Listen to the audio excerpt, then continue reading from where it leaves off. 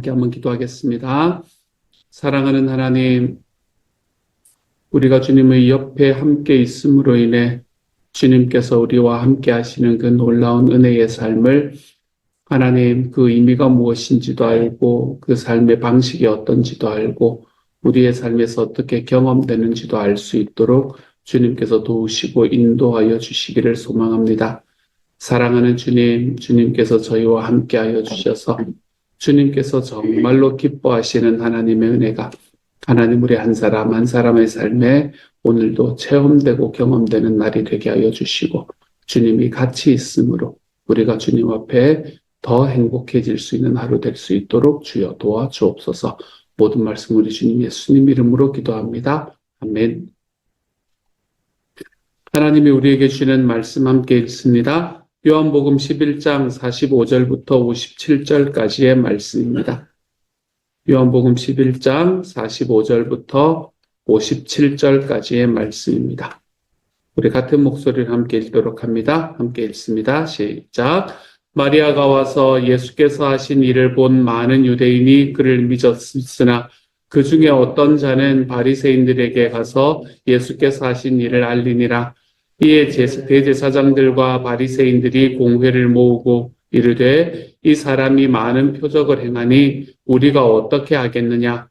만일 그를 이대로 두면 모든 사람이 그를 믿을 것이요 그리고 로마인들이 와서 우리 땅과 민족을 빼앗아 가리라 하니 그 중의 한 사람 그 해의 대제사장인 가야바가 그들에게 말하되 너희가 아무것도 알지 못하는도다. 한 사람이 백성을 위하여 죽어서 온 민족이 망하지 않게 되는 것이 너희에게 유익한 줄을 생각하지 아니하는도다 하였으니 이 말은 스스로 함이 아니요 그 해의 대제사장이므로 예수께서 그 민족을 위하시고 또 그 민족만 위할 뿐 아니라 흩어진 하나님의 자녀들을 모아 하나가 되게 하기 위하여 죽으실 것을 미리 말함이러라. 이날부터는 그들이 예수를 죽이려고 모의하니라. 그러므로 예수께서 다시 유대인 가운데 드러나게 다니지 아니하시고 거기를 떠나 빈들 가까운 곳인 에브라임이라는 동네에 가서 제자들과 함께 거기 머무르시니라. 유대인의 유월절이 가까움에 많은 사람이 자기를 성결하게 하기 위하여 유월절 전에 시골에서 예루살렘으로 올라갔더니 그들이 예수를 찾으며 성전에 서서 서로 말하되 너희 생각에는 어떠하냐? 그가 명절에 오지 아니하겠느냐 하니 이는 대제사장들과 바리새인들이 누구든지 예수 있는 곳을 알거든 신고하여 잡게 하라 명령하였음이러라. 아멘.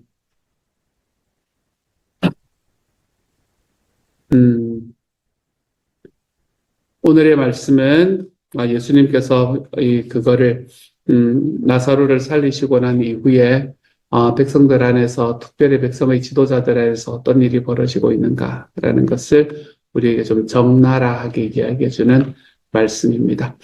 어제 제가 말씀드렸듯이 오늘의 말씀을 바라보아도 한 사건을 바라보는 두 가지의 이 시각들이 반응들이 나타나는 것을 우리는 계속해서 보게 됩니다.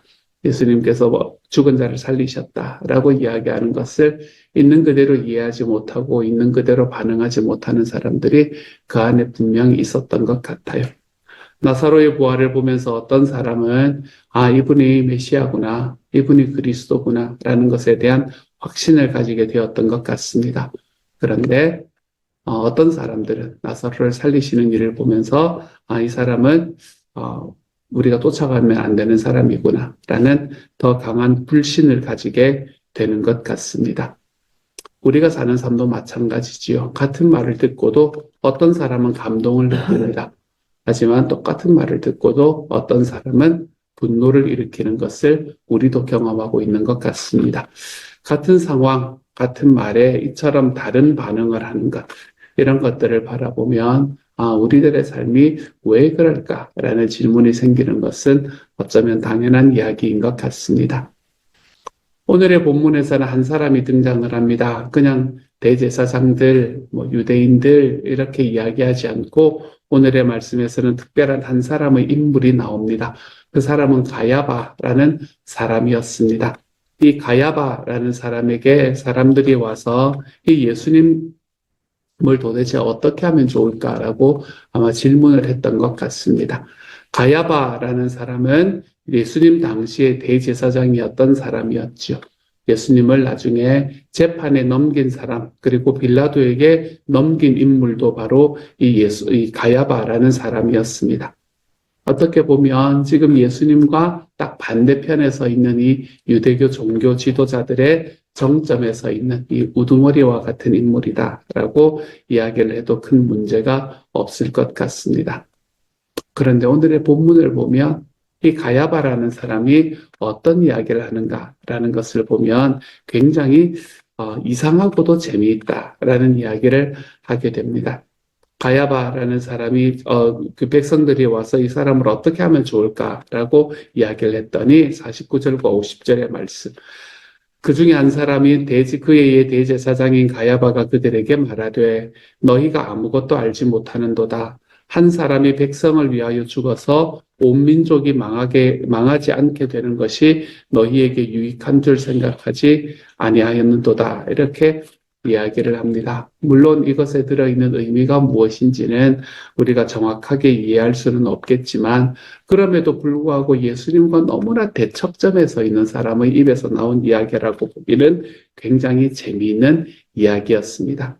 왜냐하면 이 이야기는 무엇을 이야기를 하고 있나 하면 그때 당시의 사람들이 누구도 이해하지 못하고 있었던 예수님의 사역, 예수님이 지금 행하시고 계시는 사역, 다시 말해서 인류의 죄를 위해서 죽어서 인류 전체를 구원하려는 그분의 선한 죽으심에 대한 길을 놓는 사람으로 묘사되고 있기 때문에 그렇습니다.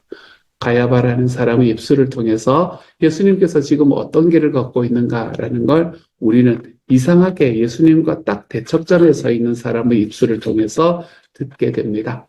다시 말하면 예수님과 대립하고 그분의 사역을 방해하는 사람이 오히려 그분의 사역을 돕는 것 같은 뉘앙스의 본문이 등장을 한다는 겁니다. 이게 굉장히 역설적이지 않습니까, 여러분? 물론 이 말씀이 가야바라는 사람이 예수님을 메시아로 인정했다. 가야바가 예수님을 그리스도로 인정했다라는 이야기는 아닙니다. 다만 지금 가야바는 굉장히 정치를 잘하는 사람이었던 것 같거든요. 굉장히 정치적인 상황에 따라서 자기의 유불리를 따져서 불필요한 존재를 제거하는 목적에 따라 묘수를 찾아낸 것밖에 없습니다. 내가 지금 나의 정치적인 상황을 타개하기 위해서 어떻게 하면 좋을까? 지금 이걸 생각을 하고 있는 겁니다. 아마 그는 머리를 굉장히 많이 썼던 것 같습니다. 정치적으로도 굉장히 탁월했던 것 같아요. 왜냐하면 예수님을 죽일 명분을 종교적이고 민족적인 명분으로 그럴싸하게 포장한 논리를 개발했기 때문에 그렇습니다. 우리가 이 사람을 죽이지 않으면 로마가 우리나라를 멸망시킬 거니까. 그렇기 때문에 우리가 어쩔 수 없이 이 사람을 죽여야만 하는구나 라는 이런 논리를 개발했기 때문에 그렇습니다. 이런 모습을 보면 가야바라는 사람은 굉장히 처세에 밝은 사람이라는 것을 알 수 있게 됩니다. 대단한 모사꾼이구나 라는 걸 알게 돼요. 당대에는 어떤 사람이 교회 지도자로 서 있었나 하면 사실은 안나스라는 사람이 이 대제사장으로서 걸출한 인물이었습니다. 그때 당시 안나스라는 사람을 걸출한 인물이 있었고 가야바라는 사람은 이 안나스의 사위였던 사람이었습니다. 그런데 본래 대제사장의 지위, 이 대제사장의 지위는 하나밖에 없는 지위이지 않습니까? 그렇죠? 그래서 가야바가 안나스의 후계자로 대제사장직을 물려받았다면 그냥 대제사장은 가야바인 겁니다. 그렇죠? 안나스가 가야바에게 물려줬다. 그러면 대제사장은 가야바뿐입니다. 그런데 당시의 사람들은 대제사장이 둘이라고 생각을 하고 있었습니다. 그래서 오늘도 대제사장들이라고 이야기하지 않습니까? 그렇죠? 제사장이 둘이다라고 여겼습니다. 누구와 누군가 하면 가야바가 현재 대제사장이긴 하지만 마치 그 뒤에 막후에서 지휘하는 것과 같은 이 안나스라는 사람도 대제사장이라고 여겼던 거지요. 그래서 안나스와 가야바 두 사람이 다 대제사장이라고 여기고 있었습니다. 무슨 말인가 하면 그만큼 안나스라는 사람의 영향력이 지대했다라는 이야기입니다. 다시 말하면 사위 가야바에게 대제사장직을 물려주었음에도 뒤에서 수렴청정을 했던 겁니다. 그 뒤에서 권세를 부린 사람이 안나스라는 사람이었을 겁니다. 어쩌면 가야바라는 사람은 바지사장 같은 존재였을지도 모릅니다. 그런데 유대 역사를 보면 이 가야바라는 사람은 그럼에도 불구하고 그는 18년간이나 대제사장직을 이어갑니다. 18년간이나. 이건 뭐를 우리에게 보여주나 하면, 가야바라는 사람이 얼마나 줄을 잘 타는 인물이었는가라는 걸 우리에게 보여줍니다. 얼마나 줄을 잘 타고 얼마나 처세에 밝은가라는 걸 우리에게 보여주기도 하는 거지요. 그래서 그가 지금 묘수를 만들어내고 있는 겁니다. 이거는 이렇게 하면 되겠다라고 묘수를 만들어내서 예수라는 사람을 지지하는 사람들도 많기 때문에 그 사람들의 입을 막을 수 있는, 예수를 죽이면서도 그 사람들의 입을 막을 수 있는 정말 그럴듯한 명분을 지금 찾아낸 겁니다. 근데 가야바는 지금 자기의 욕심을 위해서 일을 한 것 같지만 그것이 예수님께서 진짜 하시는 일을 그대로 드러내 보여주는 굉장히 역설적인 상황이 오늘의 말씀에서 펼쳐지고 있는 거죠. 문제는 그가 만든 묘수가, 지금 예수를 죽이려고 그가 만든 묘수가, 그래서 예수를 죽이는 것을 반대하는 사람들을 어떻게든 뚫고 가보려고 그가 만든 이 꼼수가 오히려 하나님의 계획을 더 견고하게 만들고 있다는 점입니다.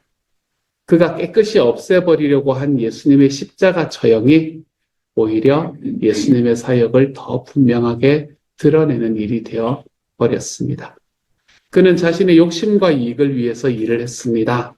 그런데 오히려 그 결정이 그 욕심과 그 사람의 고집을 타파하는 도구로 더 확실하게 사용되게 되었다는 점입니다. 누군가는 꼼수로 일을 합니다. 누군가는 자기의 욕심으로 일을 합니다. 그런데 하나님께서는 이것을 하나님의 사역을, 예수님의 사역을 더 분명히 하게 되는 도구로 사용하십니다. 이런 것을 우리가 무엇이라 말하나 하면 모든 것이 합력하여 선을 이룬다. 이런 이야기를 하게 되는 거죠. 이것을 보면서 떠오르는 생각은 이런 겁니다. 이게 개똥도 약에 쓰이는구나. 이런 생각이 떠오릅니다. 아무리 안 좋은 이야기도 하나님께서 개입하시기 시작하니 그것이 하나님의 계획대로 사용이 되는구나. 제 아무리 불의한 일이라도 하나님의 선하신 계획과 방향은 방해하지를 못하는구나. 아무리 자기의 욕심으로 한 이야기와 그리고 하나님의 계획을 어떻게든 가로막으려고 하는 이 의도로 한 일들이라도 하나님의 선하신 계획과 방향은 틀 수가 없는 거구나. 아무리 아픔과 고통에 몰아쳐도 주님이 나를 통해 이루고자 하는 일은 멈출 수가 없구나. 어떤 약함도, 어떤 공격도, 어떤 원수도 주님께서 사용하시기 시작하면 나한테 유익하게 되는 도구가 된다는 것을 기억하시기 바랍니다. 나를 망치려는 세력이 있습니까? 그것이 나를 향한 주님의 사랑을 끊을 수가 없습니다. 내가 관계 속에 경험하는 아픔 속에 의기소침해지는 일들이 있습니까? 사랑하는 여러분, 그것들이 나를 향한 주님의 사랑을 끊을 수가 없습니다. 내 자신이 아무것도 아닌 것 같아서 그래서 날마다 의기소침해지는 그런 삶으로 걸어 들어가거나 그렇지 않으면 오늘도 몸의 병과 몸의 아픔으로 인해 내가 왜 지금 여기에 이렇게 되어 있을까라는 고민 속에 살아계시는 분들이 계십니까? 혹시나 신분의 문제 때문에 어려워하고 힘들어 직장의 문제 때문에 아파하는 분들이 계십니까?